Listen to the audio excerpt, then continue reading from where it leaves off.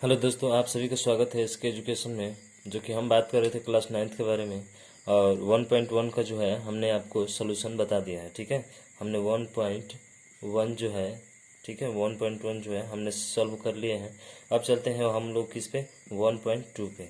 ठीक है, तो ध्यान दीजिएगा। जैसे कि पहला प्रश्न है कि प्रत्येक अपरिमेय संख्या एक वास्तविक संख्या होती है।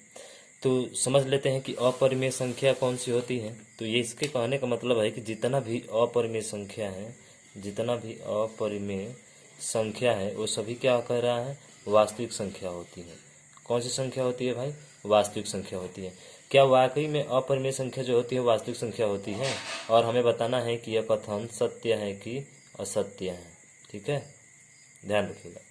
तो अपरिमेय का मतलब होता है कि रूट में जितना भी नंबर आएंगे, ठीक है, जितना भी रूट में नंबर आएंगे, अब जितना भी नहीं, कुछ ही रूट में नंबर आएंगे जो अपरिमेय होंगे, बाकी सब ऐसे नंबर आते हैं कि वो परिमेय होंगे। हम आपको अगले में बताएंगे। ठीक है, तो रूट 2 और रूट 3 जो अपरिमेय है और ये वास्तविक संख्या है। तो याद रखिएगा, वास्तविक संख्या जो होता है वो सभी संख्याओं का समूह होता है। सभी संख्याओं का समूह, सभी संख्याओं का समूह।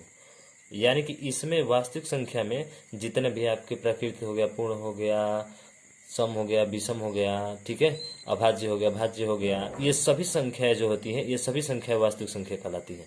इसका मतलब कि जितने भी अपरिमेय संख्या होंगे वो भी क्या होंगे, वास्तविक संख्या होंगे। और यह जो कथन होगा हमारा क्या होगा भाई, तो कहेंगे सर यह कथन हमारा क्या होगा, सत्य होगा। क्या होगा, सत्य होगा। तो पहला आपका कथन क्या होगा, सत्य होगा। ठीक है, कारण कह रहा है तो कारण में आप लिख लीजिएगा कि जितने भी अपरिमेय संख्या होती हैं वो सभी वास्तविक संख्याओं का से ही मिलकर बनी होती हैं। ठीक है, यानी कि वास्तविक संख्याओं का ही समूह होता है।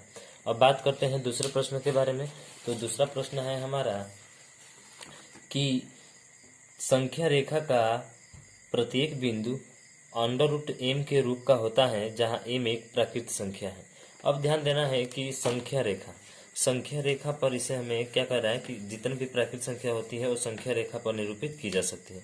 लेकिन याद रखिएगा, संख्या रेखा पर हम तो यहाँ पे आपको मान के चलिए 0 होता है, आप जानते हैं। यहाँ पे एक प्लस होता है, एक यहाँ पे +2 होता है, ऐसे करके बढ़ती जाती है। ठीक है, बढ़ती है ना आगे की तरफ, बिल्कुल। लेकिन संख्या रेखा पर क्या √m के रूप का ही नहीं बल्कि आपका माइनस में भी होता है। किसमें होता है, माइनस में भी होता है। तो इसलिए जो कथन होगा हमारा क्या होगा, असत्य होगा। क्या होगा भाई, कथन असत्य होगा। क्योंकि संख्या रेखा पर हम √m के रूप का ही नहीं बल्कि माइनस वाला भी इस पे होता है आपका। ठीक है, जिसको हम √m के रूप में दर्शा नहीं सकते हैं। तो ये जो कथन होगा हमारा असत्य होगा। आया समझ में आपको। चलिए तीसरे प्रश्न पे चलते हैं। तो तीसरा प्रश्न है कि प्रत्येक वास्तविक संख्या एक अपरिमेय संख्या होती है। अब यहाँ पे ध्यान दीजिएगा, कह रहा है कि प्रत्येक वास्तविक संख्या